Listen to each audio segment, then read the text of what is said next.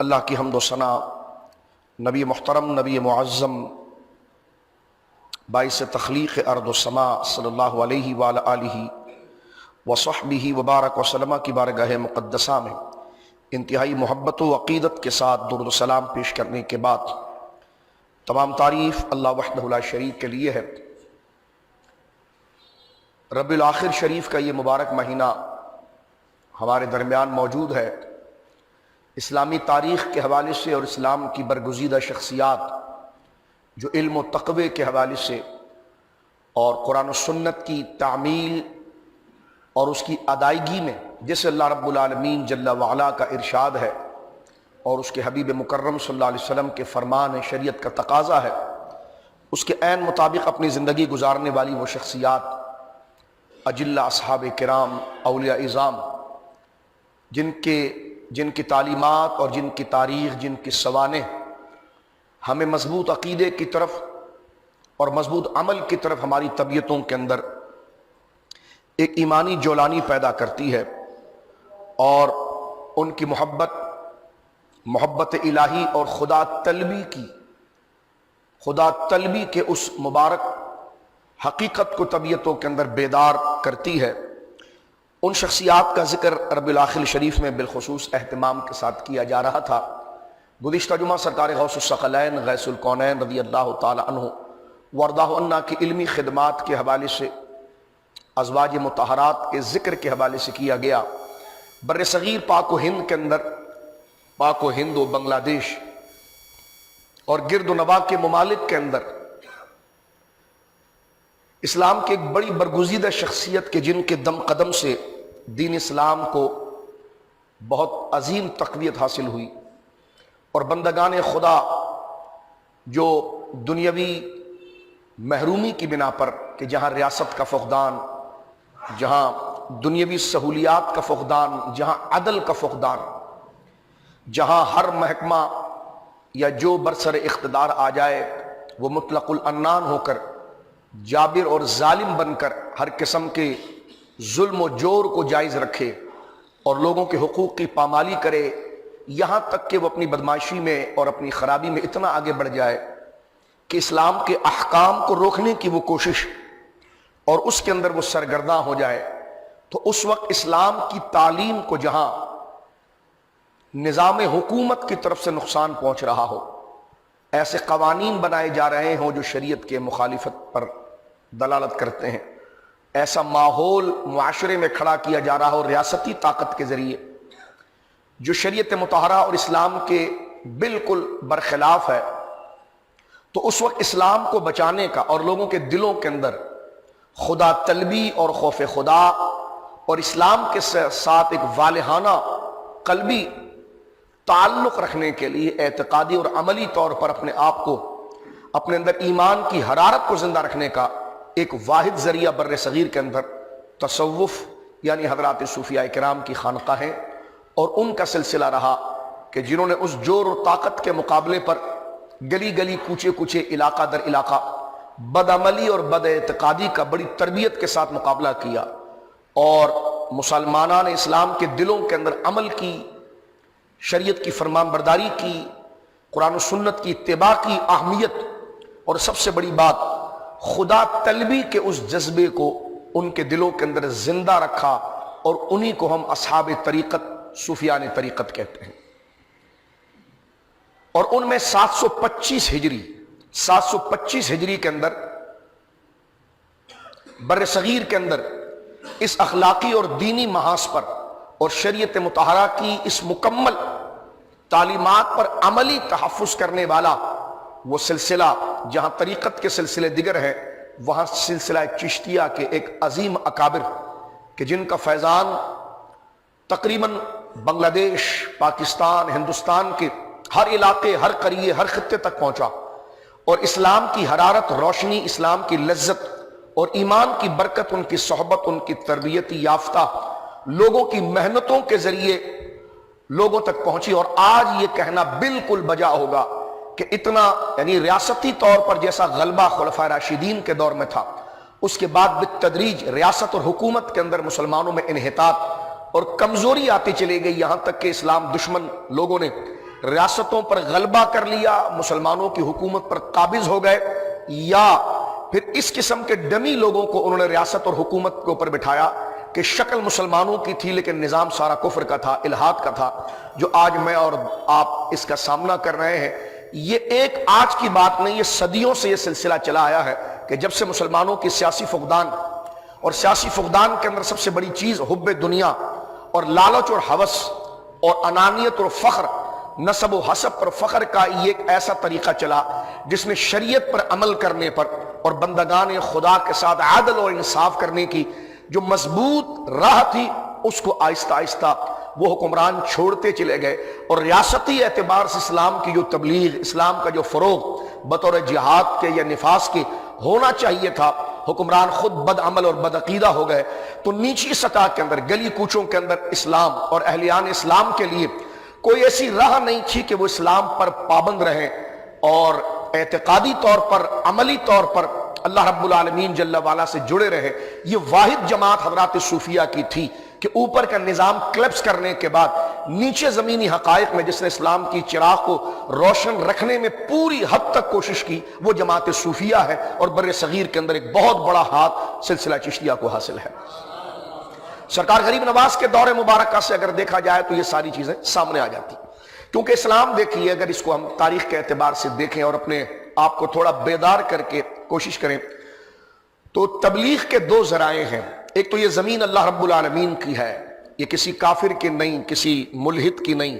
تو جب اس زمین کا خالق اللہ ہے تو اس زمین پر بسنے والوں کا خالق بھی اللہ ہی ہے۔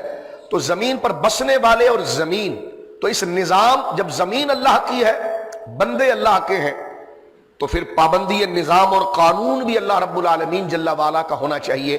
اس لیے اسلام صرف مسجد تک دین کی بات نہیں کرتا، بلکہ معاشرے کے اندر بھی اور گھر گلی کوچوں کے اندر بھی بطور ریاست اور حکومت کے تخت اور اسمبلیوں میں بھی اللہ رب العالمین جل وعلا کا دین اس بات کا تقاضا کرتا ہے کہ جو سیاسی نظام اور جو دینی نظام قرآن مجید دیتا ہے اس کو باقاعدہ عملی طور پر جماعت کو تیار کر کے، چاہے اس کے لیے طاقت کا استعمال کرنا پڑے، لیکن اس سے پہلے لوگوں کے ذہن بنائے جائیں، ان کے اندر خدا طلبی، خدا خوف اور آخرت کی ذمہ داری، اور اتنی بڑی نعمت جو اللہ رب العالمین نے جان و ایمال کے طور پر دی ہے، تو اس کا صرف کہاں کرنا ہے، وہ ایک نظام لانا ہے، وہ دستور لانا ہے، تاکہ اس دستور کو قانونی شکل کے طور پر بطور حکومت اور ریاست کے جب وہ نظام آتا ہے تو پھر احکام اور قانون کا نفاذ آسان ہو جاتا ہے، مال کی فراوانی بھی ہو جاتی ہے، طاقت لشکر بھی ہوتے ہیں، تاکہ جس قسم کی ضرورت ایک نظام کو اور ایک بنیادی قانون کو نافذ کرنے کے لیے ضروری پڑتا ہے، اس میں سب سے پہلی ضرورت ریاست کی رہتی ہے۔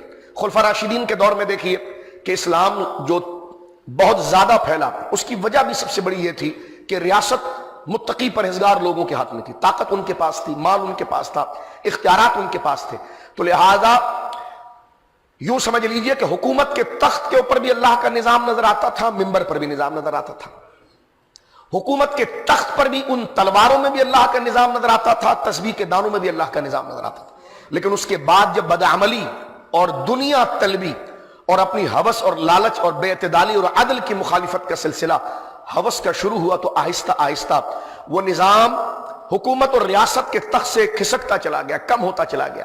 جیسا میں نے عرض کیا، یا تو کھلے کافر آ کر بیٹھ گئے، یا پھر ایسے لوگ آ کر بیٹھے کہ جو شکل و صورت اور نام اور خاندان کے اعتبار سے تو مسلمان تھے، لیکن ان کا مسلمانوں کے نظام و دستور سے کوئی تعلق نہیں تھا۔ جس طرح آج یہ ہے کہ ہم اپنی ذاتی ہوس کے لیے ورلڈ بینک کے آگے، FATF کے آگے بھکاریوں کی طرح جناب جو ہے کہ وہ کاسائے بھیک اور گداگیری کو پھیلائے ہوئے ہیں، اور وہ کہہ رہے ہیں ٹھیک ہے جناب ہم جنسی قانون بھی پاس کرو، ختم نبوت کے خلاف بھی قانون پاس کرو۔ تو رات کے اندھیری میں بتی بجھا کر جناب ہماری اسمبلیوں میں 50 بل پاس ہو رہے ہیں، جس میں خود یعنی ہم جنس پرستی، مرد کے ساتھ گویا کہ ناجائز تعلقات کام کر اس کو بھی پاس کرو۔ کیوں کہ جی گورے کا نظام ہے، جی کون مسلمان ہے، جی وزیر مذہبی امور اتنے بڑے قادری ہیں جناب، وہ تو اتنے بڑے عاشق رسول ہیں، وہ تو ریاست مدینہ ہے، وہ تو جپل اتار کر جناب جو ہے کہ مدینہ منورہ میں حاضری دیتے ہیں۔ یعنی پورا اسٹرکچر مسلمانوں کا ہے، لیکن جو نظام ڈیلیور کیا جا رہا ہے وہ کفر کا ہے۔ یہ آج سے نہیں، یہ شروع دور سے چلا آیا۔ تو اسلام جو بچا اور ایسے جابر اور ظالم اور فرعون اور نمرود جیسے حکمرانوں کے مقابلے میں مسجدیں آباد رہی، خانقاہ آباد، مسجدیں آباد رہی، گلی کوچوں کے اندر اسلام کی محبت اور تعلق اور عمل، نماز، روزہ، زکوٰۃ، حج، آخرت پر ایمان، یہ جو باقی رہا، اس میں ریاست کا کوئی عمل نہیں تھا۔ اس میں جس تحریک نے گلی کوچوں کے اندر بغیر کسی وسائل کے انتہائی قسم پرسی کے اندر اور انتہائی تکلیف اور اذیت کے ساتھ اسلام کی شمع کو زندہ رکھا، وہ صوفیاء کرام تھے۔ یہ ان کی ضرورت، یعنی یہ پوری یوں سمجھ لیں 1400 تاریخ کا میں نے ایک پنچ لائن آپ کو سنا دی ہے، اسی کے تناظر میں اسی کو عنوان بنا کر بات کو سمجھا جاتا ہے۔ آج تصوف کے دشمن جیسے غامدی ہے یا غلام پرویز ہے، یہ لوگ یہ جو حملہ آور ہوتے انتہائی بچکانہ اعتراض تصوف پر کرتے ہیں، ہم سنتے ہیں ان کا، آپ نہ سنیں جائز نہیں ہے، لیکن ہم کیونکہ جو تصوف کے مخالفین ان کو سننے کے بعد آپ کے سامنے بیٹھتے ہیں، ایسے نہیں کہ کوئی للو کی طرح ہم نے کوئی سبق یاد کر لیا اور آپ کے سامنے بیٹھ گئے، پہلے مخالفین کو دیکھتے ہیں کہ اس نظریے کے مقابلے میں وہ کیا اعتراض کھڑا کرتے ہیں، کیا معقول بات کرتے ہیں، اس نظام کے خلاف وہ کیا بات کرتے ہیں، تصوف کے نظام۔ تو اس کو درجنوں تقاریر سننے کے بعد اس کا خلاصہ یہ ہے، ایک اعتراض یہ سامنے آتا ہے، یہ کیا چیز انہوں نے نکال لی ہے، ان میں خلیفہ بھی ہوتے ہیں، ان میں بیعت بھی ہوتی ہے، ان میں یہ بھی سلسلہ ہوتا ہے، یہ دین کے گویا کہ صورت ہے، یہ عجیب صورت یہ نکالی انہوں نے بدعات میں۔ دین میں تو خلیفہ وہی ہوتا ہے کہ جو ریاست کے اوپر آتا ہے، ریاست کو چلاتا ہے، یہ بات کر دی گئی۔ لیکن میں یہ پوچھنا چاہتا ہوں کہ دین کے فروغ کے دو ہی ذریعے ہیں، اور دونوں جب جڑیں گے تو کمال کے ساتھ بات چلے گی، یا دونوں میں سے ایک کلیپس کر گیا تو ایک تو دین کو بچائے گا، اگر دونوں چلے گئے تو نظام دین بالکل ختم ہو جائے گا۔ اس میں ایک چیز ہے ریاست، حکومت کے طور پر، گورنمنٹ کے طور پر، قوانین کے طور پر اسلام کے احکام کو بیان کیا جائے، جیسے خلفاء راشدین کے دور میں تھا کہ باقاعدہ طاقت کے زور پر نافذ کیا گیا، مسجدیں بنائی گئی تو نمازوں کا اہتمام بھی زبردستی کرایا گیا، جو نہیں کرتا تھا اس پر سزائیں تھیں، جو شریعت کے حکم کو نہیں مانتا اس پر سزائیں۔ آج وہ دور نہیں، کیونکہ ہم نے ووٹ چوروں کو دیا یا ہمارے ڈبے تبدیل ہو گئے، تو ایسے لوگ اوپر آئے کہ جو نام کے تو مسلمان ہو گئے، آج ہم صرف تلقین کر سکتے کہ نماز پڑھیں ورنہ گناہ ہوگا، برائی نہ کریں، گانا بجانا نہ کریں، شراب نہ پئیں، جوا نہ کھیلیں، سود نہ کریں، حرام نہ کھائیں، یہ گناہ تو صرف تلقین اور نصیحت کے ذریعے ہو سکتا ہے۔ ہم کسی کو لاٹھی نہیں مار سکتے، ہم کسی کو جناب جو ہے وہ قید و بند کی صحبت میں نہیں، یہ ریاست کا کام ہے۔ لیکن دین جب مکمل ہوتا ہے جب ریاست بھی دین کا کام کرے اور واعظ و نصیحت کے ذریعے بھی دین کا کام چلے۔ لیکن ایک عرصہ دراز سے جو قوانین تھے، جن کے پاس اختیارات تھے، وہ نام کے مسلمان رہ گئے، پیچھے کام کچھ بھی، جناب مسجدیں گر گئی، شراب خانے کھلے ہوئے، اور ایسے نظام، ابھی میں کیا اس میں تفصیل بیان کروں، وقت ہمارے پاس نہیں ہے۔ لیکن اسلام کو جو زندہ رکھا واعظ و نصیحت کے ذریعے، لوگوں کے دلوں کے اندر ایمان کی حرارت کو جو زندہ رکھا، وہ جماعت صوفیہ تھی، یہ ان کی ضرورت ہے۔ اب یہ کہنا کہ جناب خلفاء یا خلیفہ بنانا یا بیعت کرنا، تو یہ تو ریاست کے امیر کا نام تھا، تو ہم نے کہا ریاست آج ہے کہ لیکن نہیں ہے، تو میں نے کہا کیا مطلب، ریاست اگر نہیں ہے تو کہ اسلام کے تمام معاملات کو بند کر دیا جائے؟ ہاں، اس میں چینجنگ ضرور ہے۔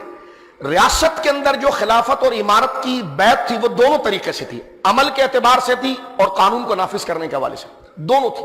لیکن تصوف کے اندر جو بیعت ہے وہ ریاستی اعتبار سے نہیں ہے لیکن عمل اور تعلیم کے اعتبار سے، تو یہ واضح فرق ہے، کیونکہ جو ریاست کا امیر اور خلیفہ بیعت لیتا ہے اس کے پاس یہ اختیار ہے کہ اس کے پاس قانون ہوتا ہے، اس کے بعد پولیس، فوج، تمام چیزیں اس کے پاس ہوتی ہے۔ ہم بطور حکمران کے پہلے اس سے بیعت لیتے ہیں، اور بیعت جو ہم باعتبار حکمران کے اس سے لیتے ہیں، اور اس وجہ سے لیتے ہیں کہ یہ اللہ کے دین کو نافذ کرے گا۔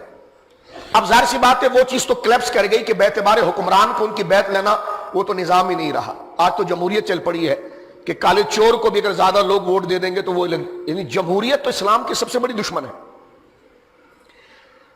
یعنی اگر واقعتاً جمہوریت دیکھا جائے تو پہلے اس کے پرنسپلز بنا لیے جائے، جیسا ایک ڈرامہ ہمارے ملک میں چلا تھا، امین و صادق، امین و صادق، امین و صادق، بات بالکل معقول تھی، لیکن اس پر ایک ہی بندے کو تولا گیا، دوسرے کو تولا گیا، اس سے بھی ہمارا کوئی سروکار نہیں ہے۔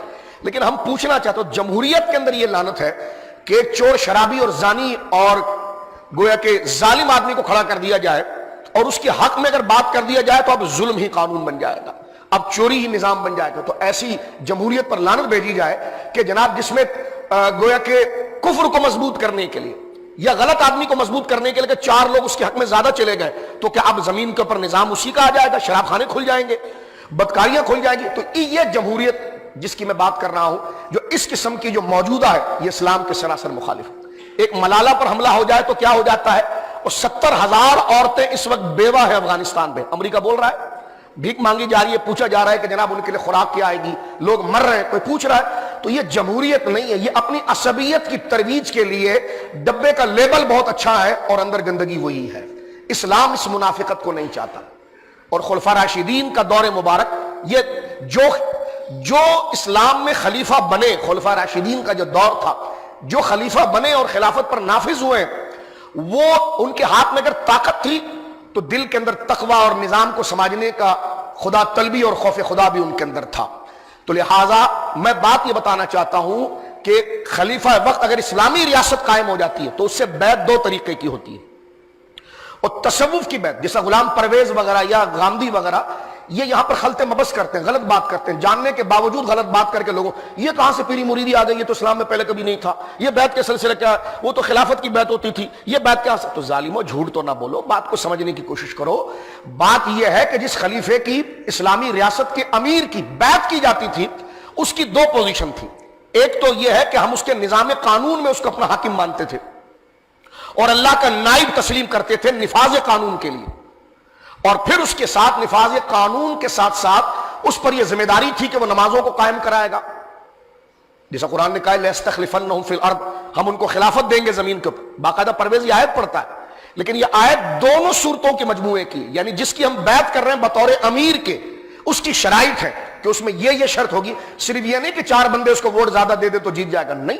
جب اسلامی خلیفہ بنے گا تو اس کے لیے شرائط ہے کہ اس کا خاندان ایسا ہوگا, اس کے تعلقات ایسے ہوں گے, اس کا عقیدہ ایسا ہوگا, اس کا عمل ایسا ہوگا. یہاں تو جناب ہزاروں لاکھوں اربوں روپے کا کرپشن کر کے جیت جاؤ, جی یہ وزیر اعلیٰ بن گئے, یہ وزیر اعظم بن گئے. میں کسی پر تنقید نہیں کر رہا, لیکن بتانا چاہ رہا ہوں یہ منافقانہ نظام تو بہت بدترین نظام ہے. اس کا اسلامی خلافت سے کوئی تعلق نہیں. اسلامی خلافت جو ہے وہ یہ ہے کہ نماز, یہ زمین اللہ کی ہے, جب زمین اللہ کی ہے تو اس میں بندے اللہ کے, جو بندے اللہ کے تو نظام بھی اللہ کا مانا جائے گا. تو اللہ کا نظام کیا ہے, نمازوں کی پابندی ہو, حرام کو چھوڑا جائے اور حرام اور گناہ کی چیزیں جو ہے اس کو کم سے کم کر کے ختم کیا جائے, لوگوں کے لیے نیکیوں کا فروغ ہو, لوگوں کے لیے عدل کا فروغ ہو, رنگ و نسل سے ہٹ کر جو جس بات کا مستحق عدل کے اعتبار سے اس کا فیصلہ کیا جائے, زکاتیں ادا کی جائے, روزے رکھے جائے, شریعت کا اعتقادی اور عملی مختصر یہ دونوں باتیں زمین پر نافذ کی جائے. یہ نافذ دو طریقے سے ہو سکتی ہے, یا تو نصیحت سے کریں, بھائی آپ ایسا نہ کریں, نمازیں نہ چھوڑیں, گناہ کی بات ہے, لیکن اگلا نہ مانے تو اس وقت ضرورت پڑتی قانون اور ریاست کی کہ زبردستی اس سے مروائے کہ یہ کام آپ کریں, یہ آپ کو کرنا ہوگا. تو لہٰذا اب خلیفے کی یہ دونوں حیثیت ہوتی ہے کہ اس کے پاس قانون بھی ہوتا ہے اور تلقین اور نصیحت بھی ہوتی ہے. یعنی وہ خلیفہ بیک وقت حکمران بھی ہوتا ہے اور بیک وقت ایک عالم, مہدی اور صوفی بھی ہوتا ہے. کہتے یہ خلافت تو اس دور میں تھی, اب کہاں سے آ گئی؟ تو میں نے کہا ممبروں پر بیٹھنا بھی تو خلفاء کا کام تھا, اب تو کیسے ممبر پر بیٹھ گیا؟ کہنے کہ وہ ریاست نہیں رہی. تو میں نے کہا یہی تو آپ بتا رہے کہ جب ریاست کا تصور نہیں رہا تو اسلام کو زندہ رکھنے کے لیے تبلیغ اور تلقین تو چلے گی نا. تو یہی تبلیغ و تلقین طریقت ہے. کتنا بڑا ظلم اور غامدی اور غلام پرویز کرتے ہیں. کہتے یہ تو خلافت ہے جناب جو ہے کہ وہ تو حکمرانوں کی تھی. تو میں نے کہا جمعہ کون پڑھاتا تھا؟ خلیفہ. عید کون پڑھاتا تھا؟ خلیفہ. نکاح کون پڑھاتا تھا؟ خلیفہ. خطبہ کون دیتا تھا؟ خلیفہ. قرآن کا درس کون دیتا تھا؟ خلیفہ. سنت کا درس کون دیتا تھا؟ خلیفہ. یعنی وہ عملی شکل کو بھی خود نافذ کرتا تھا اور قانونی شکل کو بھی نافذ کرتا تھا. لیکن جب خلفائے راشدین کے بعد ایسے لوگ نہیں آئے تو قانونی طور پر اللہ کے قانون کو نافذ کرنے کے وہ اختیار والے وہ احکام جب کلیپس کر گئے تو خدا کے دین کو تو زندہ رکھنا ہے, تو صوفیہ ٹولی بنا کر میدان میں آ گئے کہ بھائی اب ڈنڈے کے زور پر تو مجبور کر کے نماز نہیں پڑھا رہے, ڈنڈے کے زور پر مجبور کر کے شراب تو نہیں چھڑا رہے, ڈنڈے کے زور پر یا قید و بند اور جیل اور ہتکڑیوں کے ڈر سے ان کو زنا سے دور نہیں رکھ رہے, کیونکہ وہ تو اختیارات ہی نہیں ان کے پاس اور وہ نظام بھی کلیپس کر گیا, ایسے لوگ ہی نہیں رہے اب. لیکن کم سے کم اس نظام کو باقی رکھنے کے لیے نصیحت کے ذریعے کہ بھائی یہ زنا کا کام جہنم میں لے جانے والا ہے, یہ شراب کا کام جہنم میں لے جانے والا, نماز پڑھیے, اللہ رب العالمین یہ نے فرض کیا, تو یہ تلقین کا سلسلہ باقی رہے.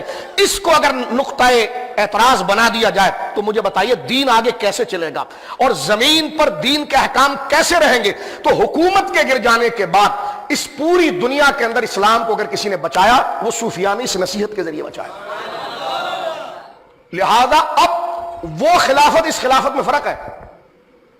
وہ خلافت بطور نفاذ قانون کی تھی, جیسا میں نے ابھی آپ کے سامنے عرض کیا, نفاذ قانون اس خلیفے کی دونوں ذمہ داری تھی کہ وہ بطور صدر اور قانونی نافذ کرنے والا حکم بھی ہوگا اور دین کو عملی شکل میں لانے کے لیے مسلمانوں کے جو دینی تشخص ہے اس کا بھی وہ امام ہوگا، جیسے جمعے کی نماز وہی پڑھائے گا، عید کی نماز وہی پڑھائے گا، خطبہ وہی دے گا، یہ تمام چیزیں. لیکن ہماری بدعملی کے سیاسی طور پر ہم اپنی ہوس اور لالچ کے اندر اپنا پورا سیاسی نظام کفر کے حوالے کر چکے ہیں. جس طرح میں نے عرض کیا، یا تو کھلے کافر آ گئے یا پھر نام نہاد مسلمان آ گئے، نام انہوں نے ریاست مدینہ یہ جو بھی لیا، پیچھے دوگر چیزیں گویا کہ چلنا شروع ہو گئی، اور نفاذ وہی ہے. جس طرح میں نے آپ کو کہا کہ قومی اسمبلی میں آپ کے قانون پاس ہو رہے ہیں نا جناب، کہ ہم جنس پرستی کو بھی پاس کریں تو یہ بھی پاس کریں. اب نام کیا ہے؟ ریاست کا، مدینے کا نام ہے.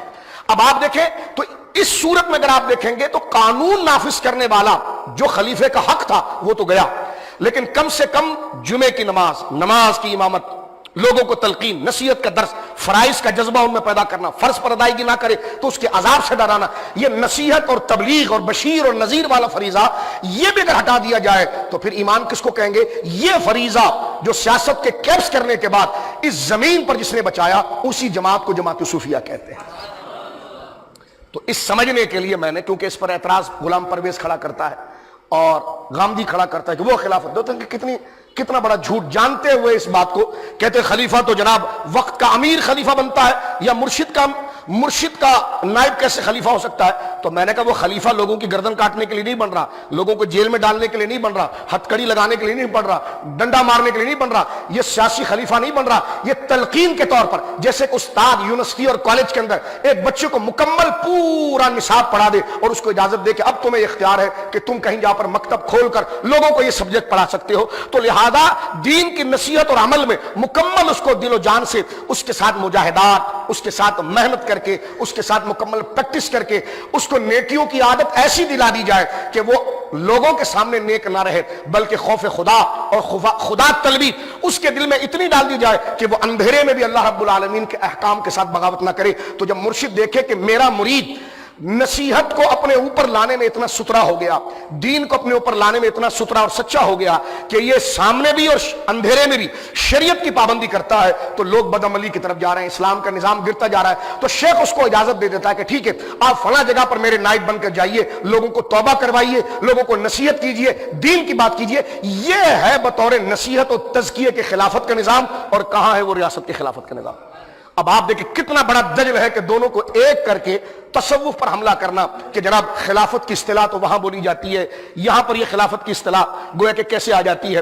تو میں نے کہا پھر یہ ایسی چیز ہے جیسے مصلی کے اوپر پہلے کھڑے ہو کر خلیفہ جمعہ پڑھاتا تھا اور آپ گویا کہ عام عالم دین پڑھاتا ہے. اس کی وجہ یہ کہ ہمارے خلیفے کی تو خود داڑھی نہیں ہے، اس کو تو خود خاتم النبیین پڑھنا نہیں آتا، ان کو تو خود ڈھنگ کی نماز نہیں آتی، اس کو لا کر جمعہ میں کہاں کھڑا کرے؟ ہم ڈانٹ نہیں رہے، لیکن بتانا چاہ رہے ہیں کہ جس کا حق تھا، جب اس نے حق کو چھوڑا تو نیچے کے لوگ تو کھڑے ہو کر اس حق اور دین کو بچائیں گے نا. تو جب سیاسی طور پر یہ نظام کلیپس کر گیا تو نیچے سے اسلام کو زندہ رکھنے کے لیے اور قرآن و سنت اور عمل اور نیکیوں کی اس اچھائی کو باقی رکھنے کے لیے، برائیوں کی مذمت کو باقی رکھنے، گویا کہ ختم کرنے کے لیے اور اسلام کی شمع کو روشن کرنے کے لیے ذمہ داری، انتہائی مشکل ذمہ داری کہ نہ وسائل، نہ پیسہ، نہ طاقت، نہ لشکر، گلی گلی کوچے کوچے جا کر لوگوں کو نصیحت کرنا، یہ ذمہ داری حضرات صوفیہ نے سب سے بڑی ذمہ داری اپنے کندھے پر لی ہے.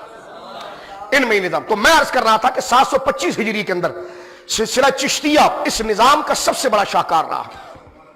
بر صغیر پاک و ہند کے اندر، جہاں پر وقت میرے پاس نہیں، بہت مختصر ہے، میں صرف آپ کے اندر اس موضوع کو پڑھنے کے لیے دلچسپی پیدا کر رہا ہوں، اس لیے میں یہ بات آپ کے سامنے کرنا چاہ رہا ہوں کہ تصوف صرف ایک ٹھنڈا اور ایک منجمد اور ایک گویا کہ صرف نشے کی طرح کہنے والا جو کہا جاتا ہے معاذ اللہ، ایسا سلسلہ نہیں. یہ ایک تحریک ہے، یہ جہد مسلسل ہے، یہ بیداری کا نام ہے، یہ خوف خدا کا نام ہے. آخری سانس تک خود کو دین کے لیے زندہ رکھنا ہے، صرف نصیحت کے طور پر نہیں، خود عمل کے طور پر جو کہہ رہے ہو اس پر عمل بھی کرو. اپنے اندر سے تکبر، ریا، جھوٹ، بغض کو نکالنا، لالچ کو نکالنا، عدل کو اپنے اندر بھی نافذ کرنا، باہر بھی نافذ کرنا، خلق خدا سے محبت کرنا، ان کو دین کی طرف لے کر آنا، ان کے اندر دین اور خدا طلبی، دنیا طلبی نہیں، خدا طلبی کے جذبے کو اٹھانا کہ مرنا ہے، خدا کو جواب دینا ہے، کیا کر رہے ہو، ایک ایک چیز کا حساب لیا جائے گا. یہ وہ ذمہ داری ہے جو ریاست نے نہیں نبھائی. آج اگر اسلام پھیلا ہے تو ریاست کے ان داڑھی منڈے حکمرانوں کی وجہ سے نہیں پھیلا، ان صوفیہ کی وجہ سے پھیلا. کیا آپ یہ سمجھتے ہیں کہ اسلام اکبر نے پھیلایا یا مجد الفسانی نے پھیلایا؟ اب مجھے بتائیے، اس وقت ریاست تو اکبر کے پاس تھی لیکن دین اکبر سے نہیں بچا. اکبر نے تو فساد کیا، اس نے تو جھوٹا نبوت کا دعویٰ تک کر لیا تھا. اس نے مسجدوں کے اندر مورتیاں لا کر رکھنا شروع کر دی. جیسے ہمارے مذہبی امور کے بزرگ گرو نانک جی کا پرشاد کھا رہے ہیں اور سلسلے میں بیعت بھی کر رہے ہیں، تو یہ جو الحاد ہے، یہ جو اسلام اور کفر کو مرج کرنے والی فکر ہے، یہ اکبر نے کی تھی۔ آج اگر مجدد صاحب وہاں پر نہ اٹھتے، اپنے چند مریدوں کو اٹھا کر جگا کر ان کی تربیت دے کر صحابہ کا عمل اور قرآن و سنت کے مطالبات، سنت پر عمل، شریعت پر عمل کا جذبہ نہ دیتے، تو آج ہم مسلمان رہتے نہیں رہتے۔ تو لہذا اگر غامدی بھی ہو یا غلام پرویز بھی ہو اور دعویٰ اسلام کا کرتا ہے، تو اسلام ان کو اکبر سے نہیں ملا، مجدد سے ہی ملا ہے۔ یہ اسلام ان کو پرتھوی سے نہیں ملا، غریب نواز سے ملا ہے۔ یہ اسلام انہیں علاؤالدین خلجی سے نہیں ملا، بابا نظام الدین اولیاء سے ملا ہے۔ آپ تاریخ اٹھا کر دیکھیں، خواجہ نظام الدین اولیاء کے سامنے کون تھا؟ علاؤالدین خلجی۔ علاؤالدین خلجی کا دور ہے اور ادھر خواجہ نظام الدین اولیاء موجود ہے۔ آپ تاریخ پڑھ کے دیکھیں اسلام کی خدمت کس نے کی۔ پھر یہ کیسے، یعنی اس جو اسلام کا سب سے مخلص شعبہ ہے، جس کی وجہ سے اسلام باقی ہے، اس کو تانے کا نشانہ بنانا اور کہنا صوفیوں نے کیا کیا ہے اپنی طرف سے ایجادات۔ تو میں نے کہا خلجی نے کیا کیا، خلجی کے بیٹے نے کیا کیا، اکبر نے کیا کیا، جہانگیر نے کیا کیا، بادشاہ ظفر نے کیا کیا؟ انہوں نے تو اسلام کے مسجدوں کو بند کر دیا۔ اور اب آپ دیکھیے رہا آخری دور، تو اس میں انگریز آ گئے، انگریزوں نے جناب یونیورسٹیاں بنائی، یونیورسٹی بنا منع نہیں تھی، لیکن دین کے زور کو توڑنے کے ریاست کو استعمال کیا گیا۔ میں آپ کو درد دل سنانا چاہتا ہوں، صوفیہ کی قدر اس لیے لوگوں کا تانتا ان کی مزار سے ختم نہیں ہوتا، اس لیے کہ ان کا جو احسان اسلام کے اوپر ہے، جس کے دل میں رائی کے برابر بھی ایمان ہوگا، وہ ان کی چوکٹ سے کبھی دور نہیں ہوگا۔ اس لیے کہ آج اگر لوگ مسلمان ہیں، لوگ اپنے باپ کی قبر کو تیجے کے بعد بھول جاتے ہیں، لیکن داتا صاحب کی قبر کو کسی نے نہیں بھولا۔ غریب نواز اس وقت بھارت کے اندر ہے، نظام الدین اولیاء بھارت کے اندر ہے، لیکن آج پاکستان کی زمین پر ان کا ایسا نام لیا جاتا ہے جسے پاکستان کی کسی حکمران کا نام نہیں لیا جاتا۔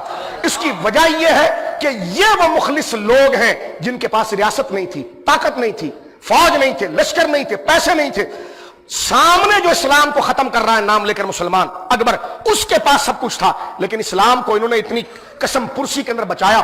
آج میں اور آپ اگر مسجد کی صفوں میں بیٹھ کر اللہ کا نام لے رہے ہیں، تو اس میں اکبر کا، جہانگیر کا اور اس قسم کے نمونوں کا کوئی ہاتھ نہیں۔ آج اسلام کی صفیں اگر ایمان سے اور عقیدے سے اور نمازوں میں، آج اگر رات کا وقت ہوتا ہے اور مؤذن فجر کے وقت اذان دیتا ہے الصلاۃ خیر من النوم، اور آپ کے اندر ایک جذبہ جاگتا ہے کہ آپ سردی کی راتوں میں گرم کمبل کو پھینکتے ہیں اور ٹھنڈے پانی سے وضو کر کے خدا کے آگے کھڑے ہوتے ہیں، یہ جذبہ اکبر نے نہیں دیا، یہ صوفیہ نے دیا ہے۔ اتنی بڑی خدمت صوفیہ نے کی، اور ان کو تانا دینا کہ جناب انہوں نے دین کو بگاڑ دیا، معاذ اللہ۔ میں نے کہا دین تو بچائی یہاں پر ہے۔ میں پوچھتا ہوں غامدی سے پوچھے تیرے باپ دادا کے پاس دین کہاں سے آیا؟ اکبر سے آیا یا مجدد کی تعلیم سے آیا؟ اکبر نے تو ہندو اور اسلام کو مرج کر لیا تھا۔ یہ مسکرا کر سننے کی بات نہیں، یہ بیداری کی بات ہے۔ خواجہ نظام الدین اولیاء کی خدمات کو اس طرف سے آ کر آپ دیکھیں، کبھی علاؤالدین خلجی کا دور دیکھیں اور خواجہ نظام الدین اولیاء سامنے موجود ہے۔ بدعملی کا ایک بازار ہے، غوث اعظم کا دور مبارک دیکھیں اور وہاں مسلمانوں کے بنو عباس کے خلفاء کی بدعملیاں دیکھیں۔ ادھر جناب جو ہے طرابلس کے علاقے میں، مصر کے علاقے کے اندر صلیبیوں نے حملہ کر دیا ہے، ہزاروں مسلمانوں کو مار دیا، اور جن مسلمانوں کو مارا نصرانیوں نے، رومن نے اور عیسائیوں نے، ان کے ساتھ ہمارے مسلمان جبہ اٹھا اٹھا کر صلح کر رہے تھے۔ اس وقت صرف شیخ عبد القادر جیلانی واحد شخص تھا۔ میں آپ کے سامنے عرض کر رہا ہوں، کیونکہ 583 ہجری 583 ہجری قبلہ اول کی آزادی ہے، غوث اعظم کا وصال جو ہے 561 ہجری ہے۔ یہ وہ دور ہے جس میں قبلہ اول پر حملہ ہو چکا ہے، چن چن کر مسلمانوں کی تکہ بوٹی بنائی گئی ہے، ہزاروں نہیں لاکھوں مسلمان بچے یتیم ہو گئے، عورتیں بیوہ ہو گئی، جو افغانستان کا حال ہے۔ اس وقت جتنے بھی بنو عباس کے خلفاء تھے، یا تو بھارت کے ہندوؤں سے ان کا رابطہ تھا یا انگریزوں کے ساتھ رابطہ تھا کہ ہمارے وہاں کہہ رہے ہیں کہ کس طرح FATF پر عمل کر لیا جائے، کس طرح ورلڈ بینک کی بات مان لی جائے۔ یعنی عیاشی خود کی ہے، خیرات ان سے لینا ہے، خیرات ان سے لے کر نام ریاست پاکستان کا ہوگا اور پیچھے کفر کا نظام چلے گا۔ میرے دوستو یہ لالچ اور ہوس کا یہ دور چلتا رہا، لیکن حضرت غوث اعظم کو آپ دیکھیں، آپ نے 10 15 20 جو اپنے امیر ترین مریدین تھے ان کو تیار کیا، پورا محلہ بنایا، اپنے مریدوں کو وہاں بھیجا، وہاں کے یتیم بچوں کو یہاں لایا گیا، بغداد لایا گیا، بیواؤں کو لایا گیا، بوڑھوں کو لایا گیا، جتنا ہو سکا ہزاروں، میں اگر یہ کہوں تو یہ مبالغہ نہیں ہوگا، ہزاروں یتیم بچوں کے لیے مکانات غوث اعظم نے بنائے، ان کو خود پڑھایا، بیواؤں کی خدمت کی، بوڑھوں کے ساتھ نصیحت کے ساتھ پیش آئے۔ قبلہ اول جب فتح ہوا 583 ہجری، سلطان صلاح الدین ایوبی فوج اپنے گھر سے نہیں لایا تھا، یہ غوث پاک نے تیار کر کے دی تھی۔ لیکن آج جہاں سیاستدانوں نے غدر کیا وہاں پیروں نے بھی کیا ہے۔ آج پیروں نے مدرسہ نہیں بنایا الا ماشاءاللہ، پیروں کے بنگلے بن گئے، مدرسے نہیں بنے، مسجدیں نہیں بنی۔ غوث اعظم جس کے لیے جہاد، کہنے کا مقصد صرف یہ ہے، غوث اعظم کوئی گورنر تو نہیں تھے، وزیر اعظم تو نہیں تھے، صدر تو نہیں تھے، ان کی ذمہ داری نہیں تھی یہ۔ لیکن آپ دیکھیں جب ذمہ دار تھے، جن کے پاس حکومت اور مال تھا، وہ اپنی لالچ اور حب دنیا کے اندر کفر کے ساتھ مل گئے تھے، تو یہ فریضہ غوث پاک نے ادا کیا۔ آج عراق سے لے کر ہندوستان تک یہ اسلام جو 1000 سال میں آگے پہنچا، یہ غوث پاک کے تیار کردہ وہ مسلمان بچے تھے جنہوں نے آگے لوگوں کو مسلمان بنایا، انہوں نے آگوں کو بنایا۔ تو لہٰذا تصوف پر حملہ یہ صوفیت پر حملہ نہیں، یہ اسلام پر حملہ تھا۔ یہ میں نے آپ کے سامنے الگ الگ جگہوں سے ایک پکچر پیش کی ہے تاکہ آپ کو پتا چلے کہ یہ صوفیہ جن کو آج آپ دیکھ رہے ہیں گھیرو قسم کے لوگ، یہ صوفی نہیں ہے، یہ گھیرو ہے، ان کا لباس ان کی طرح ہے۔ لیکن جو صوفی ہے وہ مسلمانوں کے درد سے درد تکلیف پاتا ہے، وہ عقیدہ حق کے نفاذ کے لیے کوشش کرتا ہے، وہ لوگوں کے اندر صوم و صلاۃ اور عقیدہ کو پیدا کرتا ہے اور ان کو راسخ کرتا ہے، وہ لوگوں کے اندر عمل، ان کا تعلق رسول اللہ کے ساتھ جوڑتا ہے، اللہ کے ساتھ جوڑتا ہے، رات کے اندھیرے میں ان کے اندر خدا کے خوف کو پیدا کرتا ہے، رب کے آگے کھڑے ہو کر کیا جواب دیں گے اس احساس ذمہ داری کو پیدا کرتا ہے، اس کو صوفی کہتے ہیں۔ اور یہ طریقہ سلسلہ چشتیہ نے جہاں اپنے درجے پر ادا کیا اور جن کا عرس آج ہم کر رہے ہیں، سرکار خواجہ نظام الدین اولیاء نے اپنے درجے میں بطریق اولیٰ اس کو ادا کیا، حضرت خواجہ نظام الدین اولیاء رحمت اللہ تعالی علیہ۔ اب آپ دیکھیے کتنی قسم پرسی کے اندر وہ ہوا ہے، 775 ہجری 725 ہجری آپ کا وصال ہے۔ غریب نواز نے بر صغیر کے اندر کفر کے مقابلے میں ایسی ٹیم بنائی، سارے سلسلوں کے ہم ماننے والے اور ان سے غلامی نسبت رکھتے ہیں، لیکن سلسلہ چشتیہ ایک انقلابی سلسلہ ہے۔ سرکار غریب نواز رحمت اللہ علیہ نے کئی خلفاء بنائے۔ اب آپ راجستھان کے لیے اگر آپ دیکھیں تو حمید الدین ناگوری کو بھیجا۔ آج راجستھان جیسی راجپوتوں کی سخت زمین جن کو تلوار بھی نہ جھکا سکے، آج وہاں کلمہ طیبہ کی آواز آ رہی ہے تو یہ غریب نواز کا فیضان ہے۔ آپ جے پور کا علاقہ، جے پور راجستھان کا یہ پورا علاقہ انتہائی سخت پتھریلی اور صحرائی لوگ جن کو تلواروں ڈنڈوں سے مسخر نہیں کیا جا سکتا۔ آج افغانستان جیسی سنگلاخ زمین جہاں پر سپر پاور اپنے کپڑے پھینک کر ننگی ہو کر بھاگی ہے، لیکن آج وہاں پر اللہ کا نام گونج رہا ہے تو یہ فیض مجد الفسانی کا ہے۔ تو اتنی سنگلاخ زمین پر بغیر ہتھوڑے، بغیر تلوار، بغیر بندوق کے لوگوں کے دلوں میں ایمان اتارا، تو ان کی چوکھٹوں کو تو چومنا چاہیے جا کے ان پر اعتراض کرنا چاہیے۔ اب آپ دیکھیے یہ صوفیہ کا طریق ہے اور یہ راستہ ہے۔ سرکار غریب نواز کے خلیفہ جہاں سرکار گیسو دراز حضرت سیدنا حمید الدین ناگوری رحمت اللہ علیہ کی ذات گرامی ہے، وہیں ان کے کئی خلفاء میں ایک سرکار بختیار کاکی۔ بختیار کاکی وہ ہیں جن کی خلافت کا زور اتنا ہے کہ سلطان التمش ان کے ہاتھ پر تائب ہوتا ہے۔ اب آپ دیکھیے، اور اگر آپ تاریخ ہند کا اگر مطالعہ کریں تو آپ دیکھیے کہ جس کو سلاطین غلامیہ کا پہلا خلیفہ کہا جاتا قطب الدین ایبک، جو آپ کے انارکلی کے اندر، لاہور کے اندر وہ آرام کر رہے ہیں، جو سلطان التمش کے نائب ہیں۔ اب آپ دیکھیے کہ جس وقت سلطان التمش کے بعد وہ وہاں پر نائب بن رہے ہیں، اور ان کا بلکہ حضرت شہاب الدین غوری کے بعد وہ نائب بن رہے ہیں، ان کے بعد نائب سلطان التمش بن رہے ہیں، ان کے بعد ان کی بیٹی رضیہ سلطانہ بن رہی ہیں۔ ان کی اخلاقی تربیت کر کے ان کے اندر جتنے بھی اسلام کی رمق کو پیدا کیا، کس نے کیا؟ سرکار بختیار کاکی نے کیا۔ اس کے بعد آ جائیے سرکار بابا صاحب کی طرف، حضرت بختیار کاکی کے کئی خلفاء، اس میں سے بابا صاحب کو اگر آپ پڑھ کر دیکھیں تو آج اس پنجاب کے خطے کے اندر آپ کو اسلام نظر آتا ہے تو اس بندے خدا کی وجہ سے نظر آتا ہے۔ بدایوں سے چل کر دہلی میں آنے والا شخص خواجہ نظام الدین اولیاء جو بخاری سید ہیں، 22 سال کے اندر ان کی ملاقات حضرت بابا فرید سے ہو رہی ہے، اجودن کے مقام پر، یعنی جس کو آپ ابھی جناب پاک پتنگ شریف کہتے ہیں، یہاں پر ملاقات ہو رہی۔ بابا صاحب نے خود پڑھایا، تجوید کا قرآن بھی پڑھایا، عقیدے بھی پڑھائے، اہل سنت کی کتابت تمہید بھی پڑھائی۔ آج تو عجیب نظام ہے، صرف کینسر کا علاج کر دو تو کہتے ہیں یہ ولی کامل ہے، کسی کے پیٹ کا علاج کر دو تو یہ کہتے ہیں یہ ولی کامل ہے، کسی کا بخار دور کر دو تو کہ یہ ولی کامل ہے۔ او بو وڈو پیر ہے، کیوں جی؟ اس نے بخار بھگا دیا۔ بالکل بزرگوں کے ہاتھ سے بخار بھاگ جاتا ہے، لیکن بخار بھگانے کا ولایت سے کوئی تعلق نہیں ہے، پہلے ولایت کا تعلق ہے عقیدہ اہل سنت سے۔ بو وڈو پیر ہے، میں نے کہا کیا بڑو پیر ہے؟ کہنے لگا جی انہوں نے تو فلاں علاج کر دیا. تو میں نے کہا صحابہ کے بارے میں کیا عقیدہ ہے؟ کہنے لگا چھوڑو. تو میں نے کہا یہ نفس پرستی ہے. عامل اور ہوتا ہے، ولی اور ہوتا ہے. ایسا تو کوئی غیر مسلم بھی کوئی مشق کر لے تو وہ جنوں کو مسخر کر لیتا ہے. وہ کسی کا بھوت اتار سکتا ہے، وہ کسی کا جادو اتار سکتا ہے، وہ کسی پر منتر پڑھ کے دے تو جناب اس کا پیلیا دور ہو سکتا ہے. تو عملیات اور چیز ہے، بیعت کے لیے ولایت اور چیز ہے. ولایت کے لیے عقیدہ چاہیے، عمل چاہیے، سنت کی پابندی چاہیے، دوام چاہیے. ہاں جس کے اندر یہ دونوں چیز مل جائے وہ نور لا نور.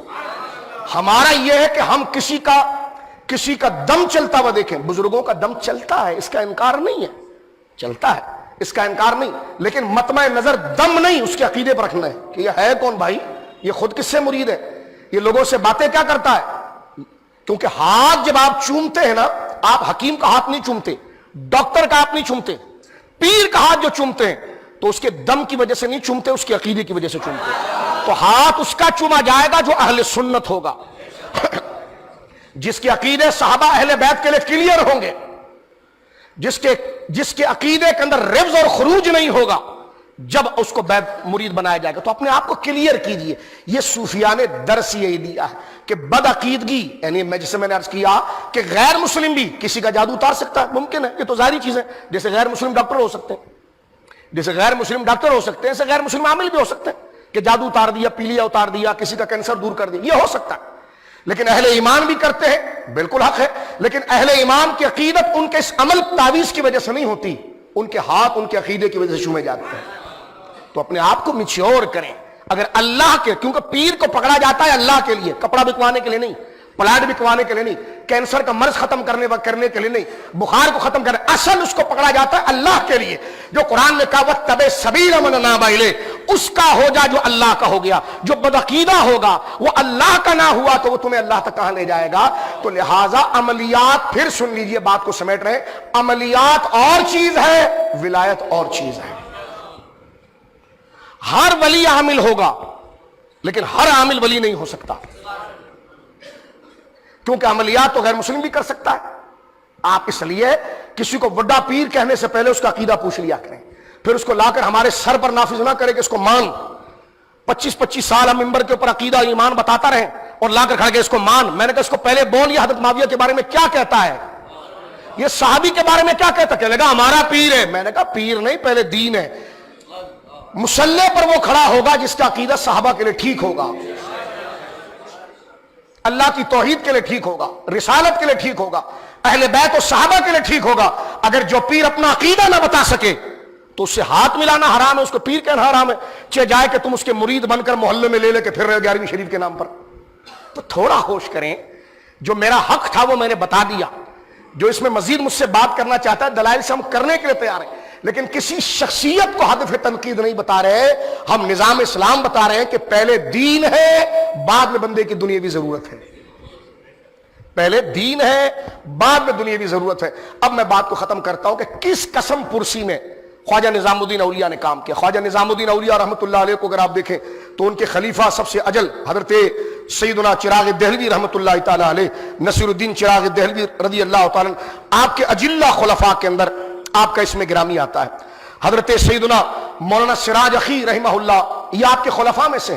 حضرت مولانا سراج الدین اخی ان کے خلیفہ ہیں علاء الحق جو بنگال کے تھے، ان کے خلیفہ ہیں حضرت مخدوم سمنانی. پھر آگے جا کر عبد القدوس گنگوہی رحمۃ اللہ علیہ، پھر ان کے بیٹے رکن الدین رحمہ اللہ، پھر ان کے مرید مجدد صاحب کے پیر و والد گرامی حضرت شیخ عبد الحق چشتی، پھر ان سے خلافت حضرت مجدد صاحب کو. تو گویا کہ یہ طریقت کے اپنے ایک کے بعد ایک پورے ادارے سلسلے والوں نے چھوڑے، تاکہ ہم اگر مزار میں چلے جائیں تو ہمارے پاس قرآن و سنت اور نبی کے دین کو بیان کرنے والا ہمارا خلیفہ موجود ہو. اس لیے میں آخری بات عرض کرنا چاہتا ہوں، ضروری نہیں کہ پیر کا بیٹا بھی پیر بنے، نہیں. جب وہ اس کے رشتے قدم پر ہوگا، وہ علم ہوگا، ویسا اس کا عمل ہوگا، تب وہ مسلح پر آ سکتا ہے. باپ نے پوری زندگی شریعت کے مطابق اٹھائی گزاری ہے، شریعت کا نفاذ کیا ہے، اللہ کے دین کی کام کیا ہے، حسینیت کے راستے پر چلا ہے، اور بیٹا داڑھی مونڈ رہا ہے اور کہ جی گدی نشین ہے، نمازیں چھوڑ رہا ہے جی گدی نشین ہے، فلمیں دیکھ رہا ہے جی گدی نشین ہے، شیعوں کے ساتھ یاریاں جی گدی نشین ہے، سیاسی ٹاؤٹوں کے ساتھ رات کو شراب پی رہا جی گدی نشین ہے. تو یہ لعنت ہے، یہ تصوف کے خلاف دھاندلی ہے. اسی لیے ہمارے بزرگوں نے اگر اپنے بیٹے کو بھی خلیفہ اپنی گدی دی تو اس وقت دی جب اس کو شریعت اور حضور کے بتائے عین مطابق بنا دیا، جب اس کو قرآن بھی آتا ہو، حدیث بھی آتی ہو، عقیدہ بھی آتا ہو، خود وہ عمل کا پابند ہو۔ اگر بیٹا ایسا نہیں ہے تو پھر اپنے خلیفے میں سے کسی کو چوز کیا کہ جو اس راستے شریعت پر تھا، اور فرمایا میرا آج کے بعد جو ہے کہ وہ خلیفہ یہ ہے۔ جس طرح حضور خواجہ نظام الدین اولیاء نے اپنے بعد خلافت کس کو دی؟ حضرت سید نصیر الدین چراغ دہلوی رحمۃ اللہ علیہ۔ وہ خلافت کس کو؟ اپنے بیٹے کو نہیں دے رہے، لیکن آگے وہ خلافت دے رہے مولانا سراج صاحب، اور وہ خلافت دے رہے علاء الحق، وہ خلافت دے رہے حضرت مخدوم سمنا کو۔ تو آپ دیکھیے، بیٹا اگر اہل ہے تو وہ منصب پر آئے گا، بیٹا اگر اہل نہیں ہے تو کسی مرید کو دے دیا جائے گا منصب، اس لیے کہ پرنسپل کے انتقال کے بعد چوکیدار کو اور جاہل کو پرنسپل یونیورسٹی کا نہیں بنایا جاتا، بلکہ جو طالب علم اس یونیورسٹی کے اندر واقعتاً اس سیٹ کا اہل ہو تو اس کو بنایا جاتا ہے۔ اگر غلط بندے کو بنایا تو ادارہ ختم ہو جاتا ہے، تباہ ہو جاتے ہیں۔ آج تصوف کو جو دوسرا سب سے بڑا نقصان یہ ہے کہ نااہل لوگ گدیوں پر آ گئے، اور ہم اتنے اندھے جی پیر کا بیٹا ہے، جی پیر۔ میں نے کہا پیر کے بیٹے کا ادب ہے، لیکن وہ پیر نہیں ہو سکتا جب تک اس کے اندر شرائط نہیں آئے۔ آپ اس کا ادب ضرور کریں کیونکہ وہ پیر کا بیٹا ہے، پیر کے بیٹے کا ادب لازم ہے، کرنا چاہیے، کیونکہ باپ کے دل میں اولاد کی محبت ہوتی ہے، تو پیر مرشد کے دل کے سکون کے لیے ان کی اولاد سے پیار کیا جائے گا، لیکن ان کو پیر جب بنایا جائے گا جب وہ قول و فعل و عقیدے کے اندر شریعت کے مطابق ہوں گے، کیونکہ پیر کو پکڑا ہی جاتا ہے اس لیے کہ وہ اللہ رب العالمین جل وعلا تک لے جائے۔ حضرت سرکار خواجہ نظام الدین اولیاء سے کسی نے کہا کہ پہلے تو ہم نے دیکھا ہے کہ اب آپ اندازہ لگائیے، لوگ کہتے ہیں جی غریب نواز پر تقریر کیسی ہوگی۔ میں نے کہا میں نے ابھی تقریر شروع نہیں کی، صرف آپ کو تمہید بتا رہا تھا، ابھی تو ان کے حالات باقی ہیں، ان کے خلفاء باقی ہیں، ان کے دور باقی ہیں، ان کے دور کا اثر باقی۔ میں نے تو صرف جمعے کے اندر ایک ان کا تعارف پیش کیا تاکہ آپ ہمت کر کے اٹھیں اور ان کو پڑھیں اور دیکھیں۔ ان کو پڑھنے سے ہمارے اندر ایک ایمانی حرارت پیدا ہوتی ہے۔ آپ سے کسی آپ کے خلیفہ نے کہا کہ حضور آپ بیعت بہت زیادہ کرتے ہیں اور اعلان کر دیں جتنے مرید ہونے والے آ جاؤ۔ خواجہ نظام الدین اولیاء سے پوچھا کہ آپ پوچھتے کیوں نہیں ہیں؟ پہلے کے جو تھے بزرگ خواجہ غریب نواز وغیرہ، وہ پہلے اس کی تربیت کرتے تھے اور دیکھتے تھے، جب اس کے اندر خدا طلبی کا مکمل جذبہ جاگ گیا تب اس کو بیعت کرتے تھے۔ اب آپ عام اعلان کر دیتے ہیں۔ آپ نے سر مبارک اٹھا کے فرمایا کہ بڑا عجیب دور ہے، ہم نے یہ دیکھا ہے کہ جب ہم کسی کو بیعت کرتے ہیں، بیعت کا معنی ہے کہ اس کے ہاتھ پر اللہ سے وعدہ کرنا کہ میں نمازیں نہیں چھوڑوں گا، میں روزہ نہیں چھوڑوں گا، میں سنت کے خلاف کام نہیں کروں گا، داڑھی مونڈتا تھا تو داڑھی رکھوں گا، بے نمازی تھا تو نماز پڑھوں گا، حرام کماتا تو حرام چھوڑوں گا۔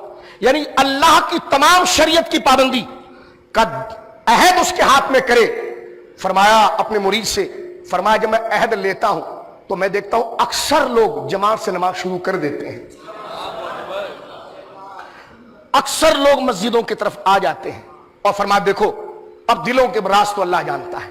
میرے پاس ایک بندہ آیا، بھلے گناہ گار تھا، لیکن وہ مجھ سے کہتا ہے خواجہ نظام الدین اولیاء سے کہ حضور میں سچی توبہ کرنے آیا ہوں۔ تو فرمایا میں اس کو بھگاؤں کیسے؟ تو فرمایا کہ اس لیے، یعنی یہ دیکھیں سلسلہ آگے کیسا چلتا ہے۔ فرمایا اس لیے کہ ایک بندہ میرے سامنے سچی توبہ کے عہد کے لیے، بیعت کے لیے آیا ہے، تو ظن المؤمنین خیرا، مسلمانوں کے لیے بھلائی کا ارادہ رکھا جائے گا، لہذا میرے سامنے اس کے احوال بالکل واضح ہے اور وہ خود رجوع اللہ کا وعدہ کر رہا ہے۔ تو فرمایا اس لیے میں عام اعلان کرتا ہوں کہ جو مجھ سے مرید ہونا چاہتا ہے وہ آ جائے اور سلسلہ چشتیہ میں شامل ہو جائے، اس نظام اور تعلیم کے اندر شامل ہو جائے۔ فرمایا میں نے دیکھا ہے کہ، اور واقعی میں یہ خواجہ صاحب کا فیصلہ و اجتہاد بالکل درست تھا، کہ آج بنگلہ دیش ہو، افغانستان ہو، دہلی ہو، دکن ہو، پاکستان ہو، افغانستان ہو، بنگلہ دیش ہو، اس علاقے میں اکثریت جو مسلمانوں کی ہے ان کی اولادیں مسلمان ہوئیں جو پہلے مسلمان نہیں تھے۔ کن کی اولادیں؟ کہ جنہوں نے حضرت خواجہ غریب نواز کے اس پڑ پوتے مرید خواجہ نظام الدین اولیاء کے ہاتھ پر توبہ کی۔ نمازیں چھوٹ گئی تھی لیکن جب توبہ کی تو پھر حیا آتی، بے شرم کہ ہم نے اللہ کے ایک نیک بندے کے ہاتھ پر توبہ کیا۔ اب اللہ سے شرم آتی کہ یا اللہ ہم نے تو عہد کر لیا، اب ہم نمازیں چھوڑ رہے ہیں۔ تو وہ عہد، وہ وعدہ، ان کے ہاتھ میں دیا ہوا وہ عہد، وہ شرم دلاتا تھا، تو لوگ توبہ کر کے اپنی نمازوں کی قضا کرنا، نمازوں کی طرف آنا۔ تو لہذا بیعت کا سلسلہ یہی تھا کہ ٹوٹی ہوئی امت کو دوبارہ رسول اللہ سے جوڑنا، بے لوسی کے ساتھ، ان کے جیب پر نظر نہ رکھنا، ان کے دلوں کی اصلاح کرنا۔ یہ سلسلہ طریقت کا ایک انقلاب ہے۔ کاروباری بھی چاہتا ہے کہ میری ایک فیکٹری ہو تو دوسری ہو جائے، دوسری ہو تو تیسری ہو جائے، تیسری ہو تو چوتھی ہو جائے. یہ اللہ والے ایسے ہیں, یہ کہتے ہیں جناب یہاں 5 لوگوں نے کلمہ پڑھ لیا ہے تو پھر ایک فیکٹری ذرا بنگلہ دیش میں کھول دیں, وہاں 50 پڑھ لیں گے. ایک ملتان میں کھول لیں, ایک توسا میں کھول لیں, ایک سیال میں کھول لیں, ایک گولڑا میں کھول لیں, ایک بدایوں میں کھول لیں. تو یہ وہ امن کی وہ فیکٹریاں ہوتی ہیں جن کے پاس اللہ کے بندے آتے ہیں اور شیطان سے بچتے ہیں, شرک سے بچتے ہیں, نافرمانی سے بچتے ہیں, اور ان کے ہاتھ پر عہد کر کے اپنے آپ کو جوڑتے ہیں. اللہ رب العالمین ہمیں صوفیہ کی یہ لازوال خدمت کو سلام ہم پیش کرتے ہیں. اللہ رب العالمین ہمیں ان کی قدر کرنے کی توفیق عطا فرمائے, ان کے دیے ہوئے راستے اور نقش قدم پر چلنے کی اللہ ہمیں توفیق عطا فرمائے. طریقت کا مقصد ہے دلی طور پر شریعت کو قبول کر لینا اور شریعت کے احکام کو اپنے اندر لے آنا. تو واقعی میں اگر ہم کسی پیر صاحب کے مرید ہیں تو پھر ہم نے ان کے ہاتھ میں ہاتھ شریعت کے لے دیا تھا, تو اللہ ہمیں اس عہد میں ثابت رکھے کہ نمازیں ہم نہیں چھوڑیں گے, روزے ہم نہیں چھوڑیں گے, زکوٰۃ کی ادائیگی ہم مکمل کریں گے. آپ تو ایسے ہیں جیسا کہ آپ ڈرے ہوئے ہیں. آمین کہہ دیں, آمین کہہ دیں. شریعت کے پابند رہیں گے. یا تو ہمارے ماحول میں ڈبے پیر زیادہ آ گئے اس لیے آپ اچنبے میں دیکھ رہے ہیں, اچھا پیر اس کو کہتے ہیں, میں تو سمجھ رہا تھا جو کینسر دور کر دے وہ پیر ہوتا ہے. تو میں نے کہا نہیں, پیر اس کو ہی کہتے ہیں جو کفر کا کینسر ختم کرے, پہلے جو شرک کا کینسر ختم کرے, جو بدعقیدگیت کا, شیعت کا, وہابیت کا کینسر کو ختم کرے اور تمہیں سچا عاشق رسول بنا کر حضور کے حوالے کر دے. اللہ رب العالمین ہمیں طریقت کی راہ کو قبول کرنے کی توفیق دے. آج کا یہ جمعہ سلام پیش کرتا ہے خواجہ خواجگان سرکار محبوب الہی خواجہ نظام الدین اولیاء رحمۃ اللہ علیہ کی تربت مقدسہ کو, کیونکہ یہ لہٰذا تمامی حضرات سے کہا جاتا ہے